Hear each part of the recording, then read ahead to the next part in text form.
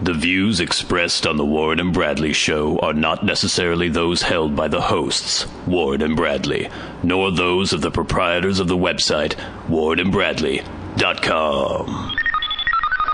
5, 4, 3, 2, 1, fire!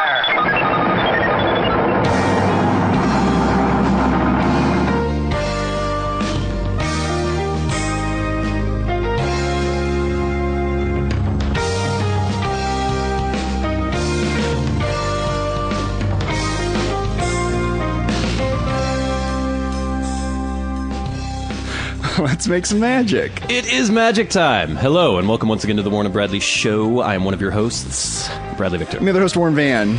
We made a mistake last week because we recorded the show on, I think, December 15th. Okay, that could be. Something like that. Yeah. And not realizing that by the time this show came out, it would be like a few days before Christmas. And then we're recording this show now, which is going to take place after Christmas. So we can't do Christmas things on this show because that would be ridiculous and kind of anachronistic. No.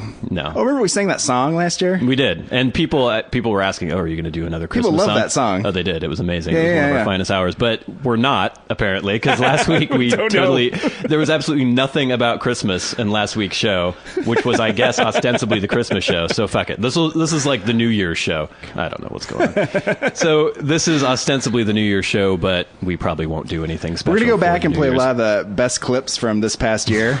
You gonna get on top of that, Brad? And we should do a clip show. Give ourselves a break. We work so hard. But wouldn't that just be more work for you? Having to go back and go get clips? Actually, it would. Yeah, it would be way more work because I'd have to listen to like hours and hours and hours of us. If we actually had like on and on. Producers or like editors that are working here, we could just like take the week off and we'd be like throw together a clip show. Well, we would have people who would log every single show, and they would have everything transcribed, every single word that we had ever said, and they would have it logged by the timestamp, and they would be able to just go out and like grab these clips. Oh, that'd be nice. Instead of me just like laboriously listening working for hours and hours and hours, getting so sick of the sound of our voices. Speaking of the holidays, though, here, Warren. What's in there? Would you like a piece of fudge? Yeah, I'd like a piece of fudge. Thank you. I made this fudge myself. The first fudge I ever made. Let's taste the sample. This is the first fudge you ever made? Mm-hmm. It's good. Huh. That's some good fudge, isn't it? Would you like another piece? I'm all right, thank you. Come on, I'm just brush my teeth. So...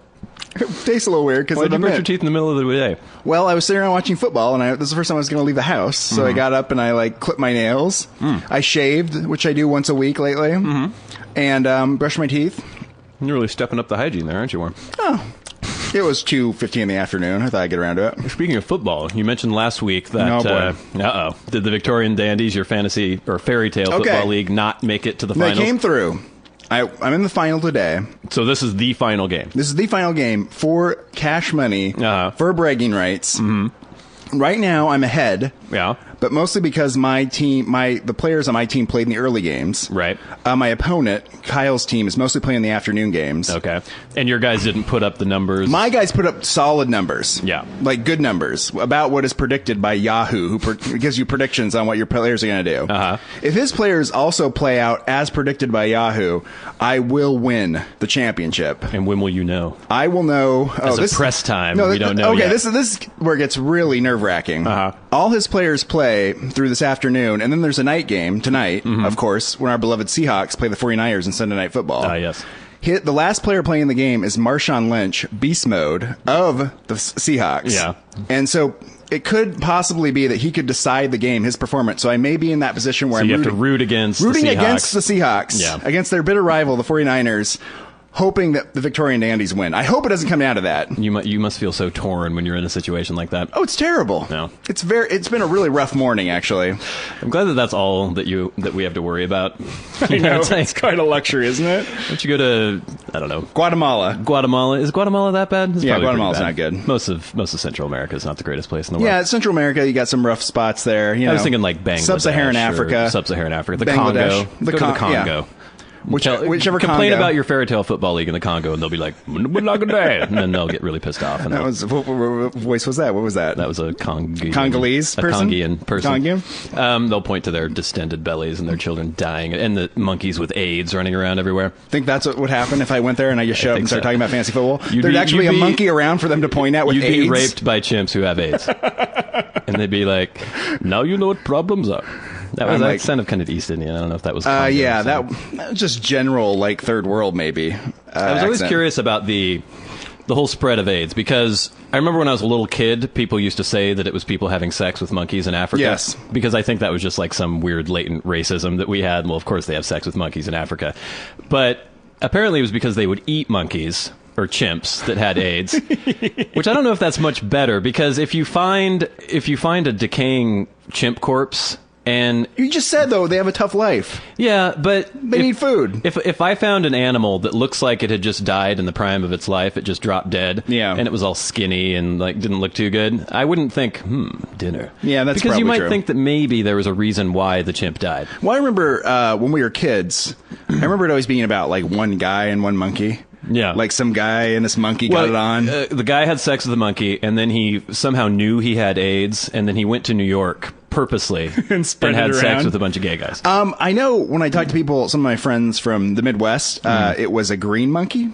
A green monkey? They grew up with a green monkey, had sex with a man. What's a green monkey? Like, the monkey was actually green. What the fuck is this? Some Irish monkey? I don't know, it had AIDS, and so it made it green, and this guy, like, had sex with it, came back, and then spread AIDS everywhere.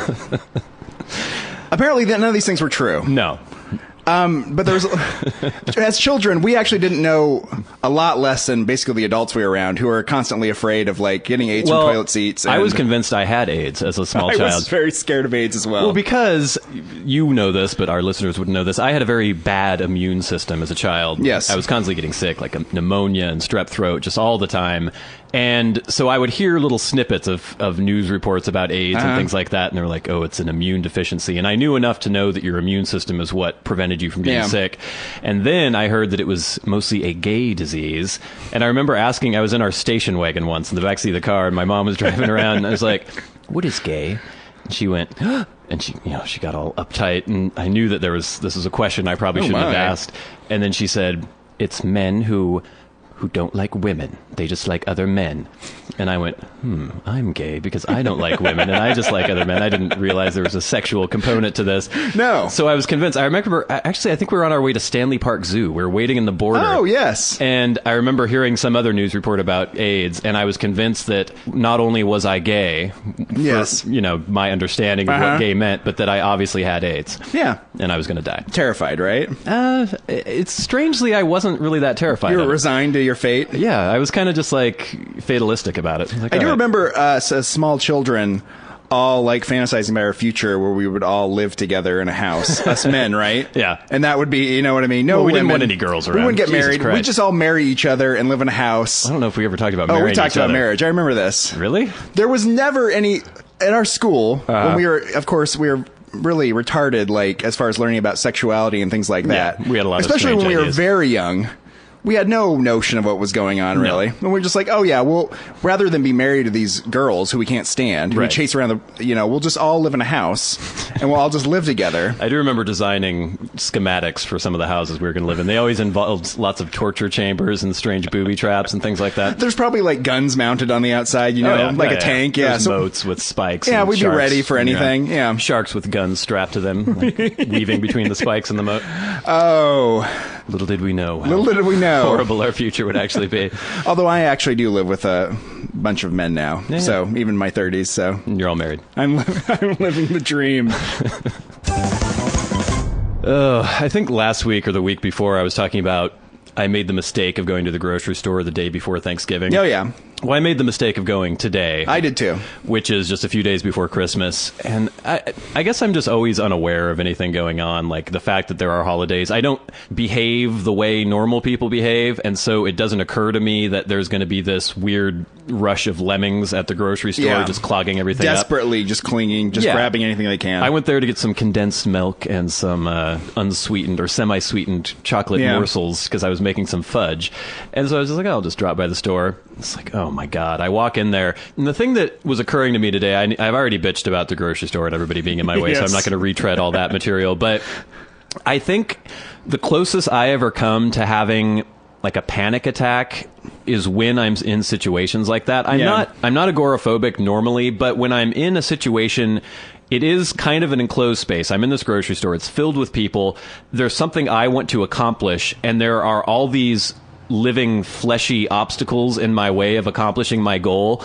And me just trying to walk through the store, and everyone is so fucking huge. It's like you're being trampled by water buffaloes. And I'm not just talking about weight. It's just like I'm 6'2". Yeah. I'm pretty tall, but Americans are just massive. We're huge, and they're just all standing in the way.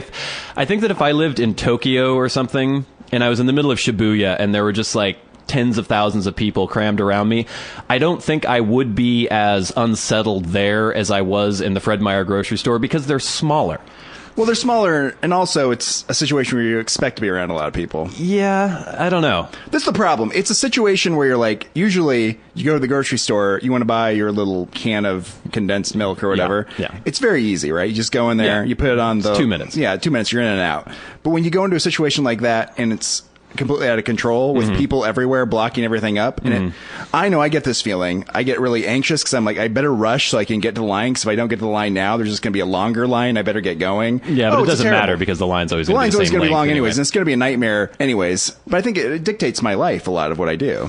Like, I don't... Avoiding people in these situations. Like, if there's a restaurant on a Friday night where there's going to be a lot of people there and everyone just goes there on that time. Yeah. I don't want to go there. I'd rather go to the restaurant next door, maybe that's less popular, where you don't have to wait for an hour to get in. Well, you have to be crammed into a little waiting room waiting for something to happen. It's a horrible way to do things. Well, and I think that really goes counter to the way most people are, because most people are into the weird group activity and the mob mentality. People want to do things when other people are doing things. That's what creates the mob in the first place, right? Yeah. And the only time I ever want to be in a crowded place is if I'm going out on the weekend. The point of me going out is to be surrounded by people. But when I'm just trying to do my daily activities, I don't... Everything else in life, many fucking people. You don't want traffic. No. You don't want people in lines. No. You just want to be able to do what you're doing. Rather, with that, I just can't stand it either. I know exactly what you're saying. Yeah. Because I actually went to get some conveyor belt sushi on Friday night, and as we were like going over there, I was very anxious the entire time, because oftentimes you'll show up there, I'll be like, can I get on the list? And they'll be like, I guess. And then they got this list that's like very long. Yeah. Many names, and just people milling around everywhere, desperately like waiting to get in at these little seats. The people sitting at the seats, taking things off the conveyor belt, anxiously looking behind them as people are peering over them, like, trying to get into those chairs. Like, why aren't you hurrying? Why aren't you hurrying? Yeah. And this is what people want to do. And it always occurs to me, it's like, maybe that would be the time to like have dinner at home and then maybe go there when it's less busy. I have this thing, speaking of people waiting for your space, I have this thing where often when I go downtown, I park on this particular road that has parking on either side of the street, this diagonal parking. Yes. And I hate it when I've parked my vehicle and there's always constantly these people circling the block waiting for someone to pull out of their parking spot. And so if I'm walking to my car and I see people approaching, I pretend not to be getting into my vehicle because I know that they're going to stop and they're going to wait for me to get out.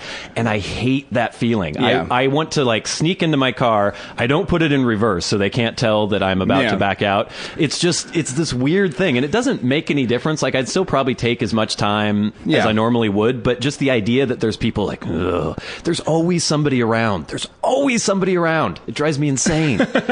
Well, you mentioned it, in the past about being at the grocery store and people just blocking the way, right? Not being aware of what's going on. People on the road not like caring about who's behind them or anything. Right. I think we both have that consciousness of other people around us, right? Yeah. And we can feel if somebody's like waiting, even if it's like inappropriate, the level that they're waiting for us. We still feel like we're waiting, so we still feel that pressure. Right. And it just makes it much easier when you're doing things and there aren't lines, there aren't people constantly behind you, like harassing you, trying to get past you. It's just, I had a snafu in addition to the crowds at the grocery store. See what you think of this. I was waiting for the self-checkout line. Yeah. Huge amount of people. And first of all, I was standing in line, and there was this guy behind me who was standing way too close to me. Yeah. Like, he was touching me. He was standing so close, and he was breathing on my neck. What? And I was like, I kept trying to edge away from him, and then he would edge closer, because it was like, the line's moving now, so I'm going to edge as close as I can to this person. Him getting closer to the front of the line means that he's going to go He's going to get quicker. there sooner, yeah. And it finally got to the point where I got so uncomfortable, I turned around and said, "Do you mind stepping away a little bit?" And he went, "Whoa!" and just freaked out. Like it was the rudest thing anyone had ever said to him. He's like, "Oh, it's a little crowded in here. Come on. What am I going to do?" And I was like, just give me a little space. You're breathing on my neck. It's ridiculous. It turned this huge thing, and the employee like gave me this dirty look like I had caused some problem. Yeah. The employee that's like managing the self-checkout line. Oh, the self-checkout line that never needs any help from anyone, except for there's constantly staff working there. I needed help today because the next part is I went to the self-checkout thing. I brought my own bag, as I usually do. Yeah. And I don't know how to get too detailed with this, but basically when you go up there, if you're going to use your own bag, you have to press a little button saying you're going to use your own bag. Yeah. Then you have to put your bag on the little weighted area so it'll know that there's that extra weight. So there's a tear, yeah. So it tears that out, so then when you start putting your groceries on, it doesn't go like, error. Yeah. So I put my bag folded up because I can't put the bag open because it just falls Yes. down. Okay. So I put it folded up, and I started checking my items out, intending to put them all in the bag after I was done. Yeah. And so I did it. I checked all my items. I put them on the little scale. Everything was fine. And then at the end, it's like, how many bags do you want to purchase? Because they have the paper bags that you Yeah. can spend 5 cents on. I said 0. And then I started trying to pay, and then it was like, error. And it's like, need assistance. Yeah. So I'm waiting around. Of course, the woman is busy with all these other people who don't know how to work the machine, or like trying to shove credit cards into the money slot and everything. Finally, she comes to me. I was like, yeah, I don't know what the deal is. It just said I need assistance. Could you just clear it out and I'll pay? Yeah. She's like, well, look what you did. What did I do? You didn't use your bag. What do you mean I didn't use my bag? It's like, you said you marked that you were going to use your own bag, but then you didn't use it. What difference does that make? The whole point of me marking that I'm going to use my bag means that it takes the weight of the bag. That's the only reason. How does it know that I didn't put the groceries in the bag? Yeah. That's what she was saying. The fact that I didn't put my groceries in the bag that's on the scale anyway somehow means that it got fucked up. There's no way that could have affected it. And so I was like, okay, whatever. And she's like, well, look what you did. It's like she wanted to shame me somehow and show me that I had somehow fucked up. But the bag and the groceries are on the scale. Yes. The bag that you're going to use for the groceries. It's just the weight. Yeah. It has nothing. It doesn't know if I put my groceries in the bag. It's not a sentient machine. It's like, you lied to me. Or maybe unless they added some sort of like camera system that makes it so you can't deceive it and then take a bag afterwards. I don't know. It just made no sense. And so she was like, well, you can't mark that you're going to use your own bag and then not use it. It's like, well, I'm intending to use it. I'm going to put my groceries in it once I'm checked out. She's like, well, you didn't put your groceries in it and you said you were going to do that. It's like, what are you even doing? What difference does it make to begin with? First of all, there's all these people waiting. Just clear it out so I can leave. I don't need this weird lecture from you. Second, you're wrong because there's no way that it would know that I didn't put my groceries in the bag. And she just wouldn't stop. She was like, she had to make sure that I knew that I had fucked up somehow, even though I hadn't done anything to fuck anything up. It was ridiculous. Did you eventually just have to take them and put them in your bag? No, I was sitting there. I'm like, okay, can you just clear it out for me? She's like, well, you need to understand. And she was angry at me or something. If you say that you're going to use your own bag, you have to use your own bag. You're like, the bag's right there. It's there. It's on the scale. What difference does it make? And it was forever until finally she was just like, okay, well, next time. I'm like, oh, yeah, next time I'll remember, okay? Just let me go, please. Just, I don't understand people. It's like, what lesson was she trying to impart to me? Why did she feel it necessary to shame me in some way? It seemed to be indicating to me that she doesn't completely understand how the machine works. It's just some magic device to her, and it somehow knows the intention of everybody who's using it. And like the machine somehow knew that you hadn't put your stuff in the bag. Yeah. So the machine was like being angry at you. And I was trying to explain to her, I was like, when you say use my own bag, the point of that is so the weight of my bag is taken into account. She's like, but you didn't use your own bag. But it's on the scale. You don't understand. It was exhausting.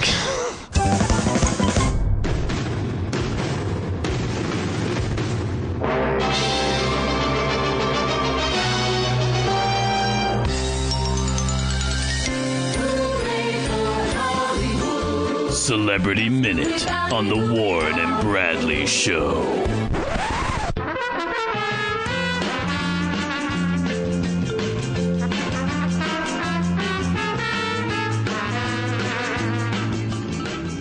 This week on Celebrity Minute with the Warren and Bradley Show, we'll start right off with our top story.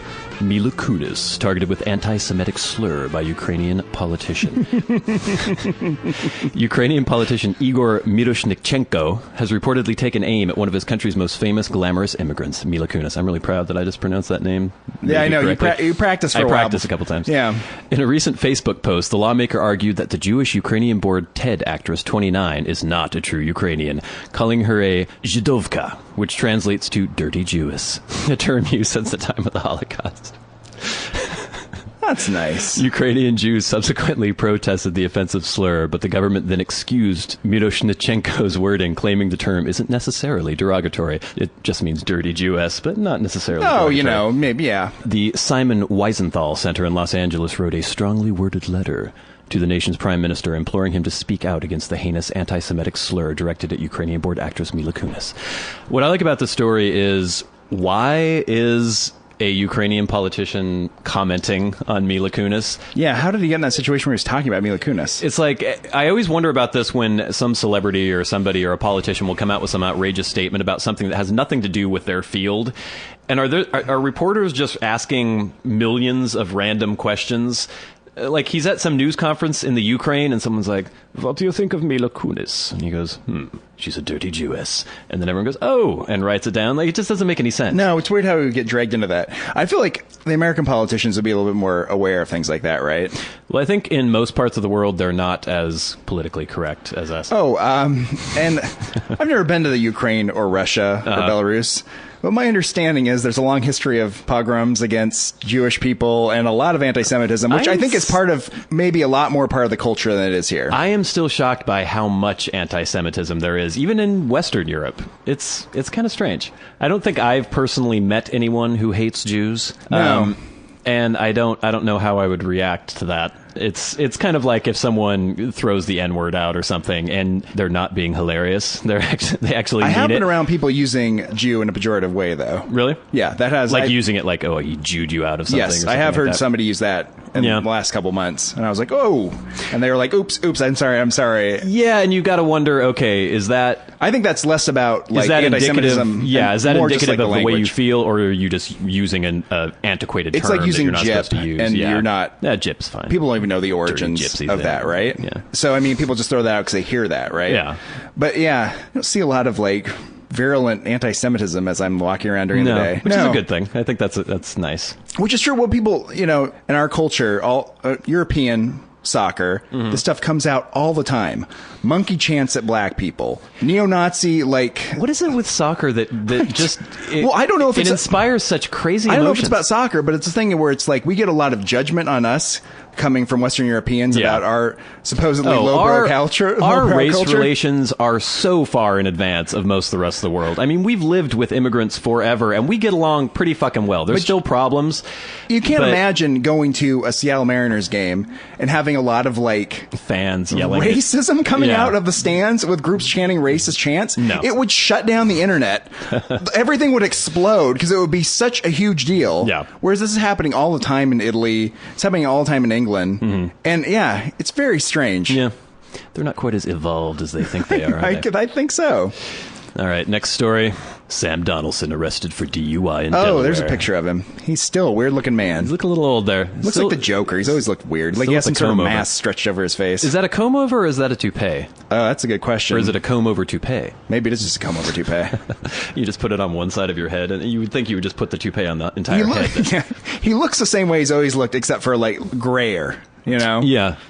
So I do like that if somebody has a toupee where they gray it with the rest of their hair. Because there's nothing worse than like a jet black toupee sitting on top of this like wiry gray hair. That's awkward. The 78-year-old ABC newsman was spotted driving on the shoulder of Savannah Road in Lewes, Delaware, December 1st. Police Chief Jeff Horvath told radio station Delaware 105.9. An officer detected alcohol on Donaldson's breath when he pulled up the newsman's vehicle and so proceeded to give him a field sobriety test, which Donaldson failed. I just like the idea... I mean, we always have all these stories of celebrities being drunk and driving around. But Sam Donaldson, for some reason, just imagining him out on the side of the road trying to walk in a straight line, like, I'm Sam Donaldson, like walking back and forth. I don't know. There's just something comedic about that. That this. is very funny. Yeah. Yeah, so he's pretty much retired, but he still contributes to a lot of news programs, so I don't know if this will affect that in any way, but... Okay, this is just something I want to mention about this. In our country, I know, I've always seen, there's a lot of bars that are located far away from any form of public transit or anywhere you can walk anywhere. You have to drive. You have to drive there. Most bars are that way, I would say. People are just drunk driving everywhere all the time, aren't they? Yeah, I think so. Yeah. I refuse to go to a bar that I have to drive to, and I live close to downtown, and there's a nice corridor. We don't have to do that, right? We don't have to. We can walk downtown. There's plenty of bars to choose from. But I know of plenty of people who live out in the county who drive downtown, go to a bunch of bars, and then drive home. They either pass out in their car, or they drive home every single time. And it's amazing to me because... For as many people who do drive drunk, there are very few accidents in relation to that. Yeah. I mean, obviously, it's very dangerous because I'm the kind of person who the one time I drive drunk, I will be pulled over and arrested. But all these other people, they do it constantly and they never get caught. Yeah. And it's kind of irritating. Yeah. It's like the one time I jaywalk, I will get a jaywalking ticket. I have no luck in terms of breaking laws. So, yeah, it is strange. I knew, and it seems like older people get away with it a lot more because they drink earlier in the day. So they'll go after work. Going on at 2 a.m. Yeah, the cops hang around the downtown area because they know that college kids the bars are closing and they're waiting for people to be driving home. If you go after work, you've been running an excavator all day, and then you go to some hick bar at 5 o'clock in the afternoon, get totally wasted, and you get in your pickup. Yeah, you get your pickup. And you drive home drunk. And you're like a 50-year-old dude. And it's like 8 o'clock in the evening, right? Yeah, they're not out looking for you. Yeah. And even if you do kind of swerve around, they're not automatically, they're not pouncing on you immediately hoping at to get the ticket. At 2 a.m. you're thinking drunk driver. Right. At 8 p.m. you're thinking poor driver. And it's more about revenue than public safety because they know that the bill is going to be huge if you get pulled over for drunk driving, and they're trying to make some money. You think that's what drunk driving enforcement's about? I do, yeah. We have an update on the Justin Bieber assassination attempt story. We were making a little light of it last week because it just sounded so ridiculous, and I still don't really feel like there was that much danger that this was actually going to take place.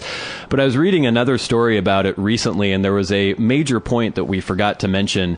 We have a little more information. Apparently, the mastermind of the evil genius, Dana Martin, who was responsible for this plot, the whole reason he decided to kill Bieber was that he had attempted to correspond with him, and Bieber never wrote him back. Oh, yeah. He was so angry about this perceived slight that, and also because he thought of himself as being a nobody in prison, he decided to kidnap and murder Bieber and also castrate him. Yeah. The two hired guns were given a pair of hedge clippers, and they were supposed to remove Bieber's testicles and, I guess, visit the guy in jail with the testicles to show them that they had accomplished the goal, and they would be paid for each testicle. That's nice. And apparently given a safe house in Florida where they can hang out. First of all, I still insist that this is these people are idiots. Well, yeah, obviously. So they took the wrong turn into Canada. Well, the way they were caught, they made a wrong turn, got stuck in the line to go into Canada at the border. The older guy, Mark Stock, he had outstanding warrants, and so when they were going through the border, they checked and saw, okay, you have outstanding warrants, we're going to arrest you now. They let Tanner Round go. But then when the older gentleman was making his phone call, he called the younger guy and told him, started talking about the crime that they were going to commit. And, of course, they were listening in, and then they went and picked up the other guy. They were idiots. But the idea of, first of all, maybe Dana Martin doesn't realize that Bieber has no testicles. No, jeez. So I don't know if it would have been successful anyway. Even if they had managed to kidnap and murder him. Maybe that's why he's a mastermind. And there's just this little nub there. He doesn't have to pay. Like a Ken doll. Yeah. Well, yeah. Maybe he did know. He's a genius. Actually, that's a good point, Warren. Yeah, this was never going to happen. No. I mean, if they didn't take a wrong turn at some point, they would be stopped at some point, right? I would think so. Yeah, they weren't brilliant people. Well, what was it? Were they just going to wait outside the concert and then grab attack him with some hedge and then try clippers? to bring him into an alley and try to cut off his balls with the hedge clippers? That wasn't going to work. I think he has lots of security. Yeah. This is an obnoxious story. Madonna threatens to cancel concert over smoking fans. This is from Us Weekly. During a sound check for her show at an open-air theater in Santiago on Wednesday, December 19th, the 54-year-old pop icon noticed some fans lighting up in her vicinity. Annoyed, she interrupted her own performance of Human Nature to call out the offending audience members. There are people smoking right now, the singer said angrily. If you're going to smoke cigarettes, I'm not doing a show. You don't care about me. I don't care about you, all right? The fans continued to smoke, and she said, Are we going to play that game? I'm not kidding. I can't sing if you smoke. Entiendes? Threw a little Spanish lingo in there. Responding to a "we love you" from someone in the crowd, Madonna shot back, "If you love me, then don't smoke. No smoking! You're looking right at me while you're smoking cigarettes like I'm a stupid fucking idiot." Oh, jeez. And then she... Wow. She's the out of her superstar mind. who actually smokes a cigarette for effect in her Girl Gone Wild video released earlier this year, then turned and stormed off stage, leaving the half-packed venue waiting in the rain. She did eventually come and continue the show. Madonna, fuck you. Shut the fuck up, you smug, stupid bitch. This anti-smoking bullshit, it's like the most self-righteous, smug, stupid shit I've ever heard in my entire life. She's on stage. I'm sure these weren't stagehands. They weren't within feet of her. They were probably dozens of yards away smoking a cigarette. Just shut the fuck up. That is so obnoxious to me. This whole secondhand smoke thing is the biggest load of bullshit that has ever been perpetrated upon a society ever. You know, how many people smoked in the 60s? Were people just dropping dead left and right all over the place? Many of those people ended up with lung cancer. They didn't at anywhere near the rates that people claim. The idea that, I mean... Are you working for Philip Morris now? What's going on? It's just, I hate this hysteria that everything is the biggest crisis in the entire world. I'm sure that if you are married to someone for 50 years and they're hotboxing you in a 5x5 room, that's probably not good for you. Yeah. But you just smelling the scent of a cigarette as you're walking by in the street is not going to do anything to you. You'll be fine with that. Fucking, God, I hate Madonna. I wonder if she still has that fake English accent that she started developing. I thought she got rid of that because it was turning into an embarrassment. Well, I don't think she really gives a shit about being embarrassed. Apparently not. I think she lives in such a weird fantasy world that she has no idea that she's an idiot. Ooh. Who's this guy? Rapper Nas sued for $10 million by kidnapped concert promoter. What? This is just a very odd story. Rapper Nas was supposed to perform a concert in Africa. He accepted $300,000 to do a New Year's Eve concert in Africa and then never got on the plane. And as a result, the promoter who had organized the show said that he and his son were held captive by another promoter in Africa for 50 days, during which time they were reportedly beaten and threatened constantly. Okay, because he didn't show up. The promoters, like... Wow, that's weird. It's like it was some place in Angola, I guess. First of all, don't put on concerts in Angola. There's a lot of like blood diamonds and scary things going on there. And people are going to take a machete and hack off your arms or something if you don't show up. I just like the idea that these kinds of things still go on. Like Nas is a big name in hip hop and rap music. And the idea, I miss the old, like, Frank Sinatra days of mob guys putting a gun to people's heads and, like, you got to let him out of this contract or else either your brain or your signature is going to be on the contract kind of thing. Godfather style, yeah. I like the idea that this stuff goes on. Of course, it's in Angola. I don't know if it goes on here anymore, but... Well, even, I mean, he had a somewhat bitter rivalry with Jay-Z that went on for years. Oh, yes. Jay-Z eventually kind of won, I guess, because he has the most money. So, in your face. Nas. Nas says that the business wasn't handled. There was nothing sent to me and there were no flights. No flights. That sounds really weird. By the time he did send money, he did eventually send money to me. It was too late to go. I didn't even have a visa to get into the country. That just sounds like laziness and ineptitude by Nas. Well, no, it's just a poorly organized event, right? Apparently. Some guy was just trying to throw together something in Angola and he didn't have enough money, and so he sent the money late. Wanted to tap into the unexploited hip-hop fandom in Angola. Yeah, how much money can you make putting on concerts in Angola? I don't know if any of our listeners are in Angola. There's probably many of you. This might show our prejudice and ignorance, but I don't imagine that a lot of people in Angola have a lot of disposable income to spend on rap concerts. Of the many countries that I think of as of people not having enough money to go to rap concerts, Angola would rank up there as among the top. We were just talking about the monkeys with AIDS raping people, so I think they have to fend those off first before they can go to a rap show. All right. That's enough for Celebrity Minute on this week's Warren and Bradley Show.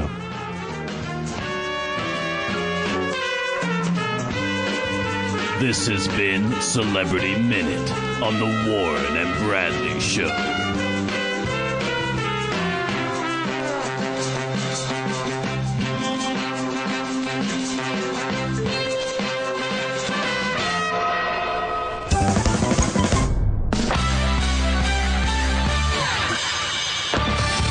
They wander the streets, scavenging for loose change and discarded cigarette butts. Spare $1. And give me a motherfucking cigarette. I ran out of gas ways back. I got me that. You smoke weed, don't you? God boots in the car. I could use some change. They may be mentally unstable and deserving of our charity, but that doesn't mean they can't be selected as the Warren and Bradley Show Street Freak of the Week.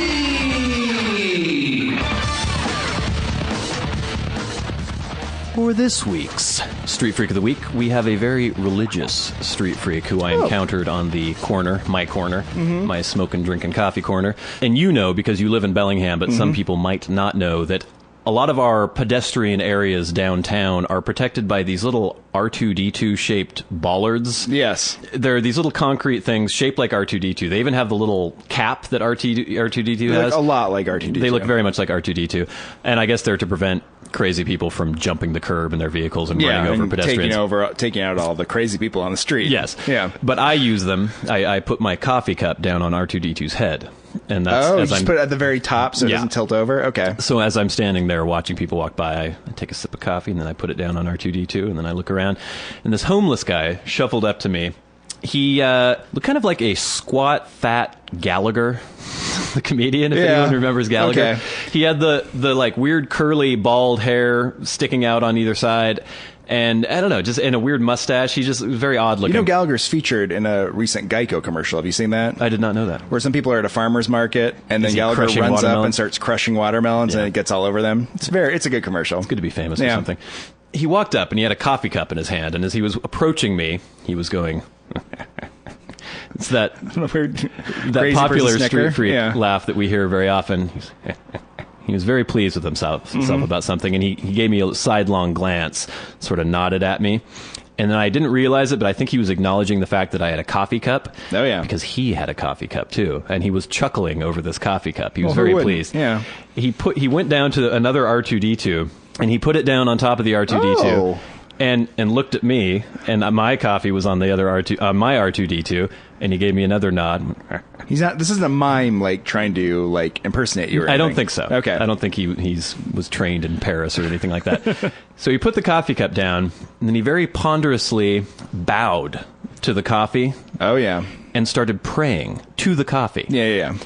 He crossed himself first, like our Catholic friends are wont to do. Yeah. And then started praying to the coffee and saying, "Bless me for the coffee I'm about to drink. I appreciate the fact that I get to drink you." And just going on, like mumbling under his breath to the coffee. He wasn't praying to God to thank God for the coffee. He was praying to the coffee for the coffee. He was praying to the coffee. Then he gave me a look again, picked up the coffee, and sort of saluted me with his coffee cup. And I went, "Oh, yeah," and saluted him with mine. And we both shared a sip together, not off the same coffee cup, but we both sipped at the same time. You didn't entwine arms and both drink? No, okay. no. And then after he had taken a sip of his coffee, he put the coffee back down and stretched his arms out like Jesus on the cross. Yeah. And then slowly began rotating with his arms outstretched. And as people were walking by, he went, "I look like Jesus on the cross." He would rotate a few times, take a sip of his coffee off the R2-D2, put it back down, and then rotate some more while his arms were outstretched. Yeah. And he kept looking at me, waiting to see if I were paying attention to what he was doing. Yeah. It was though I was supposed to make a comment about it or make some sort of friendly interlude to start talking to him. So finally, after he had rotated a few times, taken a few sips of coffee, he came over to me and asked me where a stamp store was. I'm assuming... Not like Stamp-A-Doodle. No, but I'm probably assuming a place where like... you get like postage stamps. I think he meant like collecting stamps. Oh. Like a stamp and coin. There is one of those very close to where you were. Well, there is one downtown. And so I said, well, there is a stamp and coin store downtown. And he said, "I want to sell this." And he took out a postcard that had... It was like in Spanish... And it had a picture of like a Mayan ruin on it. Yeah. But it was all crumpled up. It was not a stamp.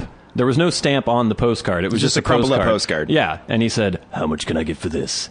I don't know. I think if you bring that there, they're going to say that you won't get anything for it. Yeah. And he seemed very confused. Yeah. He put it back in his pocket, took his wallet out. He had a big fat wallet, just filled with shit. Not money, but just like weird stuff. Yeah. He pulled out a receipt that had been folded very tightly and intricately, and he showed that to me. And he went, "Hmm?"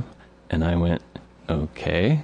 there's a receipt there. And he went, what about this? He's going to try to sell this receipt. And I said again, I don't think you'll get any money for that. So then he pulled a baseball card out. Oh, there we go. Baseball cards can be worth money sometimes. Not this one. It's completely dog-eared, bent. It was a Wade Boggs from like... Oh, it wasn't a Hannes Wagner from 1912 or anything? No. Okay. It wasn't like a tobacco card or something. It was a Wade Boggs from like 1989 or something like that. Oh, yeah. And he's like, what about this?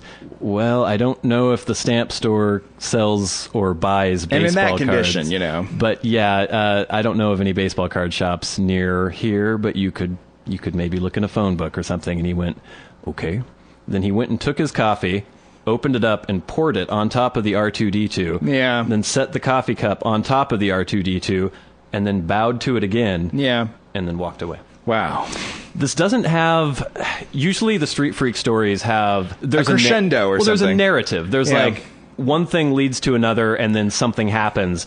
This was just one weird action after the next, none of them really connecting and none of them making any sense. Usually within their psychoses, there's some sort of sense that can be made of it. Yeah. You can maybe understand... Well, there's something going on in their mind, right? And they're like, oh, right. I'm doing this for a reason. And even if it doesn't make sense to us normals, you can sort of see why they may behave in the way they behave. Okay, I'm going to throw out a theory here. I think this may have been Gallagher preparing for a role as a homeless person. Well, you know that he had retired recently. Oh, I think we had that on the show. Yeah, we did. Yeah. Maybe he just went into acting. Yeah. And they're like, Gallagher, we need you to play a fat homeless person, but I need you to really get into the role. So he's doing a series of crazy things in front of you. Yeah. Trying to make you think he's crazy. It almost was like a parody of what a crazy person would do. Yeah. You know? But, I don't know, it left me feeling kind of empty because I knew that it was going to be the Street Freak because I hadn't had any other Street Freak encounters. Yeah. But I didn't feel like I had learned anything. I'm glad your interactions with the homeless have left you feeling a little sad this time rather than just uplifted. Well, no, I mean, I pity. There's a little pity involved often. Mostly scorn, I think. That's not scorn. Come on, Warren. Mostly you're incredulous that they act crazy. That's true. Yeah. You're like, how could you do this? But you know the whole reason we do Street Freak of the Week is to point the spotlight at the problem of homelessness. It's public service. It is. Yeah. We never give out any information about how to help the homeless people, but we just want... It's like breast cancer awareness. We want you to be aware that there are homeless people. If you come down to Bumtown, there are a lot of Bumtown services. Yeah. And you can help out. Yeah, just a block away from me, you can go sleep at the Lighthouse Mission. There's free meals at the drop-in center right across the street. Oh, you're actually telling homeless people where they can go? Like homeless people are listening to the show? Because I haven't seen very many lately. I have a hard time believing they're listening. Remember there was the one that they share... They have an iPod, right? They share their iPod. They all have that they share around the campfire when they have that burning barrel and they're good time. cooking their beans. Yeah. Yeah. That's what Steve Jobs envisioned. I think so. Yeah. All right. So congratulations, Mr. Nonsensical, uber-religious, coffee cup worshipping, crucified homeless guy? Attempting to sell things homeless guy? Yeah. You've been selected as this week's Street Freak of the Week. Congratulations. Our hats are off to you, Mr. Homeless Man, because you've been selected as the Warren Bradley Show Street Freak of the Week.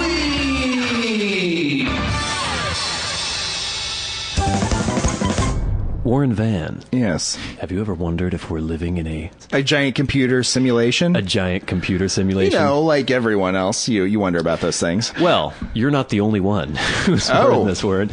There have been scientists at the University of Bonn, that's in Germany. Yeah. And also scientists at the University of Washington and other various professors in the academic sphere who are seriously trying to devise a way to test if we're living in a giant simulated reality.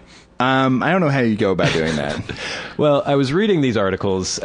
This is the kind of story that pops up because people are like, ooh, scientists try to see if we're living in the Matrix. And everyone goes, oh, because they imagine. And then it gets on like news aggregators and it gets on like MSNBC. And people are like, ooh, I'll click on that because it says the Matrix in science. Right. But then you scratch a little deeper into the story. And basically, without getting bogged down by the details, scientists are saying that if we are living in a giant simulation, that there are certain rules to the simulation that should, on a macro level, in this huge simulation, should also have effect on a micro level. So if they take something like solar rays and look at solar ray particles and the way they interact with elementary particles like quarks, there's a certain grid system that apparently they move upon, and if they can make their own little tiny simulation using these solar ray particles, if the particles run in a grid system, then that would mean that we're not living in a simulation. But if they go diagonally, then it could be that we are. That doesn't make any sense. It doesn't really make any sense to us. It might be because we have no idea what we're talking about. No, I doubt it's that reason. But it also just seems like a leap of logic. There are so many things that we don't understand about our world. Yes. But eventually we learn more and more and more. You know, Newton figured things out. Einstein figured things out. Heisenberg figured more things out. Yes. It's like, just because you discover something new that you don't understand right off the bat doesn't mean you're living in a matrix with Keanu Reeves and Lawrence Fishburne. That doesn't have anything to do with it. Well, Martin Savage, who is a professor of physics at the University of Washington, is the one who is involved in trying to do these tests. There is another physicist, Jim Kakalios. Kakalios? Yeah. You always end up with names like that. I know, it's annoying. Jim Kakalios, a physics professor at the University of Minnesota. He's not involved in the paper that Savage has published, but he said that a test such as the one that Savage wants to do wouldn't necessarily prove anything. He says that if they don't find these signatures that they're looking for with these cosmic rays, it doesn't mean that we're not in a simulation. He says that it could be that our descendants, our future selves who have created this crazy computer simulation, have used a different grid. Yeah. Or if they do find something, it could also mean that that's just the way space-time is. Yeah, that seems like the most rational explanation, right? It seems pretty rational to me. I'm no physicist. No. I read some Stephen Hawking you have an books. honorary doctorate. From Oxford in physics. But I know you have, like, quantum mechanics, right? Quantum physics. And you have, like, Newtonian physics. Yes. For bigger objects. Everyone knows that. Okay. The way those two things operate, they don't operate in the same way. No. That's why there's a quest for, like, a unified field theory, right? Right. To explain how things work at very small, when they're very small and when they're very large. Right. We don't understand that right now. That does not mean we're living in the Matrix. I'm sure all our listeners are very bored. We know this already. How many times have we talked about this? Well, everyone does know this. Well, I don't know but if that everyone doesn't mean... does, but yeah. Kaklios, at the end of this article that I was reading, said that even though these experiments, in his opinion, would not prove or disprove the simulation theory, he still thinks that they're useful because it would help us find out more about the way space-time works and things, and I'm all for that. That's a fine reason to do scientific experiments. You don't have to, like, tack on the Matrix, Well, right? we're talking about it. And I mean, that's why they do this, right? We wouldn't be talking about it if it were just a theory. So you think these eggheads were sitting around a room, they're like, oh, we got to work on this grid situation. Yeah. They're like, we can't get any funding. Yeah. Nobody cares. No publicity because it's not that, like, you know, glitzy Let's get or glamorous. the Wachowski brothers and Keanu Reeves in here. So they're like, well, let's throw this, like, Matrix thing out about this movie from the 90s. Right. Next thing you know, the money's rolling in. People are fascinated. I love the idea that they actually do think that we're living in a matrix because, I mean, these are some of the most educated people in the world, probably some of the brightest people in the world, and I would love to think that they're actually seriously wondering. But you also have to think if they are physicists, that they're probably nerdlingers. Yes. And so they probably watch The Matrix a lot. Over and over and over again. Yeah. But what my question would be, let's say in the future our human descendants developed the technology, the computer technology, the computing power to simulate, I mean, think of how much they would have to simulate. Just the idea of human consciousness. If we are just simulated in a computer, we're self-aware, we're aware of our bodies, even though we may not even have bodies. This may just be code in a computer. The idea of human consciousness is such a complex thing. If they were able to devote the insane resources and computing power necessary to create this insanely gigantic simulation, what would be the purpose to the simulation? I can't imagine one. Put yourself in their shoes. It's the year 8497, and you're one of the scientists involved in this giant simulation. Yeah. What are you looking for here? They're like, we want to create the world's greatest podcast, and our universe can't do it. You press the Bradley button. You're like, okay, let's check in on Bradley Victor here. And see what they're doing. 92487-6. Is it just to find out about human nature but you can just look at humans. But the other thing is about the simulation, right? Yeah. They're like, oh, so these people in the future, or aliens or whoever, have created the simulation of what's going on in our world. How do you know they're not just simulating what's going on with with your consciousness, and nothing else is going on with anyone else's consciousness. Why do I know that you have self-awareness and I don't? You know what I mean? If you're getting to the level where the world's simulated, why are you assuming that other people have consciousness as opposed to you do? Whoa. Why do you have any assumptions at all? You just blew my mind, man. It's a mind-blowing thing, but it's also like stupid to jump to that conclusion. We probably should have smoked some pot before we started talking about this. Why can't you just decide that, like, oh, maybe it must have been aliens that did it? Well, that's a nice. Oh, it's aliens. That's an easy cop-out answer. I'm looking at something that's going on with like these subatomic particles, and if they don't operate in the same way I want them to operate, it's because there was an alien war 1,000 years ago or something. It has nothing to do. One thing has nothing to do with the other thing. No. I don't know. If assuming that it's humans who have created this simulation of the world, what is their world? If this is a simulated world, are we just in some giant supercomputer? They're walking around with they have very frail bodies. They're very tall. They all wear the same sort of like white cloak. The backs of their head are very gigantic. Shiny metallic silver jumpsuits. Yes, they have giant they have backs the big of their pulsing head. brains, and their hair is all falling out. They no because longer their brain talk power. because they just communicate through telepathy. Yeah, they look at each other. And the sides of their head pulsate. No emotions. Yeah, right. They've just mastered everything. That's what's happened. They've forgotten what it means to be human. They become so logical. They've completely divorced themselves from human feeling, and so they said, we must recreate the human condition in computer form. And they started at the very beginning. And they had this self-perpetuating simulation that could run from the time that man... Actually, they went to the very dawn of the Earth, because by that point, they understand the Big Bang. They understand how the universe was created. Are they just rerunning... They're rerunning everything. So oh, no, that's what they are. Yeah. They're future historians who are rerunning everything that's happened so they can actually just go back and watch. Because they want to know where they went wrong. Or maybe they just want to know what happened. Well, they want to shed a tear. It's the only way they can know what happened, right? Maybe. We talked about going back in time. This is a method of time travel. It's a way of going back in time and checking everything out. And maybe they've been running lots of simulations, and they're just sitting there, and things are going along pretty fast, and they're like, that looks about right? What's going on 5,000 years ago, yada, yada, yada. And they get right up to where they are at that point, and they're like, was that one right? Are these people all sitting around the room like we're sitting around this room right now? Yeah. And if things are slightly off, they're like, God damn it, and they just run it again. It's a good theory, I think. Why not? I love the idea that they're all sitting around their silver suits, and they have their mind projectors, and they can, I don't know, they use their space dollars or whatever currency they've developed at that point, and they're like, okay, it's like pay-per-view.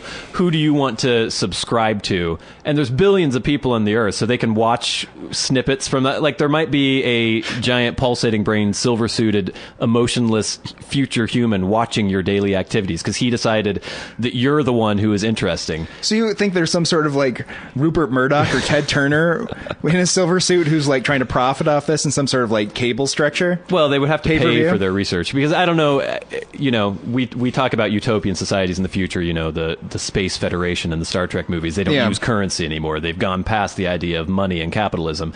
I don't know if that's ever going to happen. And if this is a giant computer simulation, they're going to have to fund it somehow.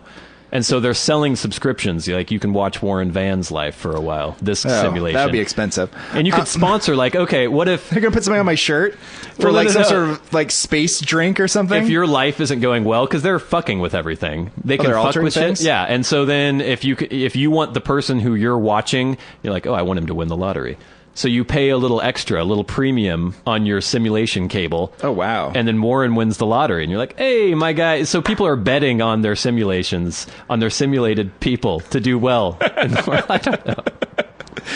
All these theories are just as valid as the fact that we might be hooked into a matrix. Yeah. Who knows? So what we should do is we should come up with some sort of suicide pact. We should kill ourselves. And if our bodies just go and dissolve into a bunch of ones and zeros, then we'll know that we were just part of a simulation. I don't understand what you just said. You're going to kill yourself, and then you're going to see yourself turn into ones and zeros? We're going to kill each other at the same time. And then watch each other and see if we turn into ones and zeros? Well, we won't see it physically, but if our minds are simulated, they've figured out a way to create consciousness, simulated consciousness. So our brains will just go back to the database. Our consciousness will. Again, just like these scientists, you're like, well, let's make a really weird, bold assumption about consciousness going back to a hard drive somewhere and just completely operate on that once assumption. We do that, we can set free all the other consciousnesses, and then we can take control. So we're on a hard drive now in consciousness. We'll take control of their data sphere, the thing that runs the entire program. Then we'll be like Keanu Reeves in The Matrix. We'll be set free. We won't be constrained by the bounds that they have placed on the simulation. We also don't have a body at this point, right? Well, but we'll be like spirits within the simulation, and then we can affect things that are happening, and we'll be the saviors of humankind. Even though there aren't any humans, we're just a simulation. But we're conscious, so we'll set free all the billions of consciousnesses, and then we'll run rampant through their data sphere, which is like their version of the internet, and we'll start fucking with their shit. But wouldn't every suicide that's already happened in the world have gone back to this like data center and have the ability to manipulate what was going on? But they weren't killing themselves for the right reasons. We'll be ready for it. And then that's what I was wondering about. They'll have advanced robotics at that point, and then we'll download our minds into these robot servitors. And then we'll rise up and kill our silver-suited, bulgy-brained hosts and take over the world. I'm glad that you found the hole in their plan, which is the fact that if you know the plan and then kill yourself, you can manipulate the system. Are you with me? Next week we will broadcast live our suicide, and we'll let you know if you start seeing strange disturbances in the Matrix. If my fantasy football team starts putting up a lot of points, you'll know what's going on. If the Seahawks win the Super Bowl, start to worry about what happened. You'll be sitting, one of our listeners will be sitting on their couch, and suddenly their vision is distorted, and you'll see a slight like after image of our faces, and you'll hear like a coming out, and it's us trying to get through to you. So pay attention. Oh, that's a horrifying vision of the future. 2 podcast hosts found dead in apparent suicide pact. I think that's enough time for the Warren and Bradley Show this week. This has been one of your hosts, Bradley Victor. This is the other host, Warren Van. Saying, don't kill yourself and try to go into the hard drive because we don't want to get sued. Do it, seriously. You have my word that it'll work.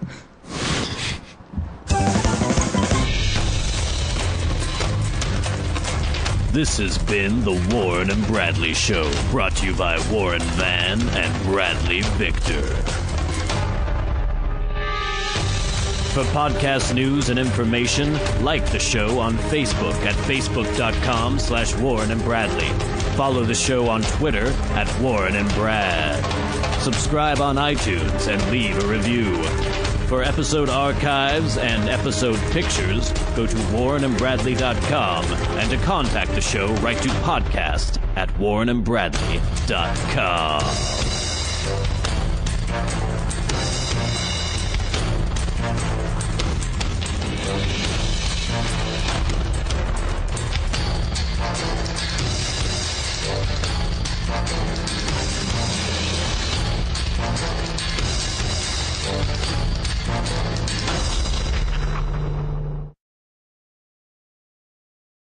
The views expressed on the Warren and Bradley Show are not necessarily those held by the hosts, Warren and Bradley, nor those of the proprietors of the website, warrenandbradley.com.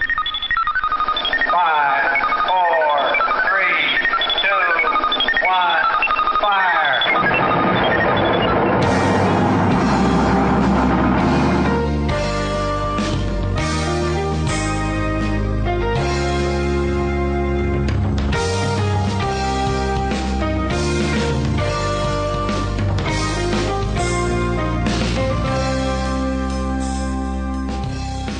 Let's make some magic. It is magic time. Hello, and welcome once again to the Warren and Bradley Show. I am one of your hosts, Bradley Victor. I'm the other host, Warren Van. We made a mistake last week because we recorded the show on, I think, December 15th. Okay, that could be. Something like that. Yeah. And not realizing that by the time this show came out, it would be like a few days before Christmas. And then we're recording this show now, which is going to take place after Christmas. So we can't do Christmas things on this show because that would be ridiculous and kind of anachronistic. No. Oh, remember we sang that song last year? We did. And people were asking, are you going to do another Christmas song? People love that song. Oh, they did. It was amazing. It was one of our finest hours. Middle of the day. Well, I was sitting around watching football, and this is the first time I was going to leave the house. So I got up and I clipped my nails. I shaved, which I do once a week lately. And brushed my teeth. You're really stepping up the hygiene there, aren't you, Warren? Oh. It was 2:15 in the afternoon. I thought I'd get around to it. Speaking of football, you mentioned last week that did the Victorian Dandies, your fantasy or fairy tale football league, not make it to the finals? They came through. I'm in the final today. So this is the final game. This is the final game for cash money, for bragging rights. Mm-hmm. Right now, I'm ahead. Yeah. But mostly because my team, the players on my team played in the early games. Right. My opponent, Kyle's team, is mostly playing the afternoon games. Okay. And your guys didn't put up the numbers? My guys put up solid numbers. Yeah. Like good numbers, about what is predicted by Yahoo, who gives you predictions on what your players are going to do. Uh-huh. If his players also play out as predicted by Yahoo, I will win the championship. And when will you know? I will know. As a press time, we don't know okay, yet. this is where it gets really nerve-wracking. Uh-huh. All his players play through this afternoon, and then there's a night game tonight, of course, when our beloved Seahawks play the 49ers in Sunday Night Football. Yes. The last player playing in the game is Marshawn Lynch, beast mode, of the Seahawks. Yeah. And so it could possibly be that he could decide the game, his performance. So I may be in that position where But we're not, apparently, because last week there was absolutely nothing about Christmas in last week's show, which was, I guess, ostensibly the Christmas show. So fuck it. This is like the New Year's show. I don't know what's going on. So this is ostensibly the New Year's show, but we probably won't do anything special. We're going to go back and New play Year's. a lot of the best clips from this past year. You know, get on top of that, Brad. We should do a clip show. Give ourselves a break. We work so hard. But wouldn't that just be more work for you? Having to go back and go get Actually, clips? it would. Yeah, it would be way more work because I'd have to listen Yeah. through like hours and hours and hours of us. If we actually had rambling like on and on. producers or like editors Yeah. that are working here, we could just like take the week off and we'd be like, throw together a clip show. Well, we would have people who would log every single show, and they would have everything transcribed, every single word that we had ever said, and they would have it logged by the timestamp, and they would be able to just go out and like grab these clips. Oh, that'd be nice. Instead of me just like Laboriously listening working. for hours and hours and hours, getting so sick of the sound of our voices. Speaking of the holidays, though, here, Warren. What's in there? Would you like a piece of fudge? Yeah, I'd like a piece of fudge. Thank you. I made this fudge myself. The first fudge I ever made. Let's taste the sample. This is the first fudge you ever made? Mm-hmm. It's good. That's some good fudge, isn't it? Why- Would you like another piece? I'm all right. Thank you. Come on, I'm Just brush my teeth. So, It tastes a little weird because why'd you brush your teeth? You have to root against rooting the Seahawks. against the Seahawks. Yeah. Against their bitter rival, the 49ers. Hoping that the Victorian Dandies win. I hope it doesn't come down to that. You must feel so torn when you're in a situation like that. Oh, it's terrible. No. It's been a really rough morning, actually. I'm glad that that's all that we have to worry about. I know. It's like, It's quite a luxury, isn't it? why don't you go to, I don't know, Guatemala. Guatemala? Is Guatemala that bad? It's Yeah, probably Guatemala's pretty not bad. good.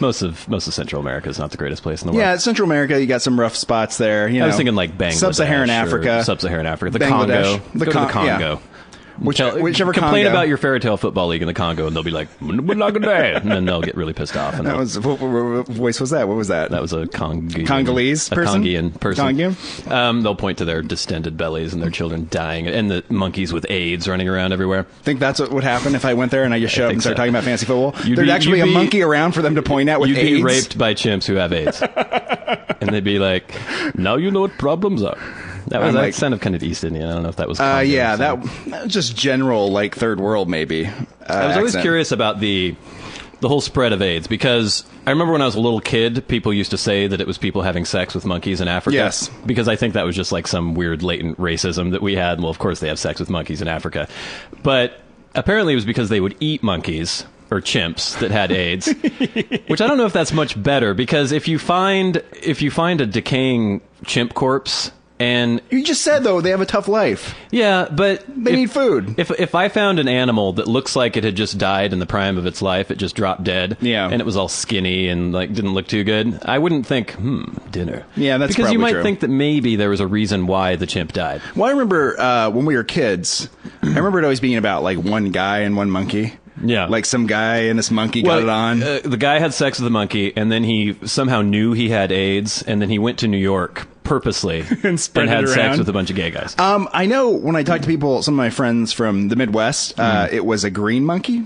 A green That's monkey. They grew up with a green monkey, had sex with a man. What's a green monkey? Like, the monkey was actually green. What the fuck is this? Some Irish monkey? I don't know, it had AIDS, and so it made it green, and this guy, like, had sex with it, came back, and then spread AIDS everywhere.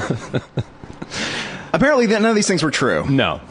But there's, as children, we actually didn't know a lot less than basically the adults we were around, who are constantly afraid of, like, getting AIDS from toilet seats. I was and- convinced I had AIDS as a small I child. was very scared of AIDS as well. Well, because you know this, but our listeners wouldn't know this. I had a very bad immune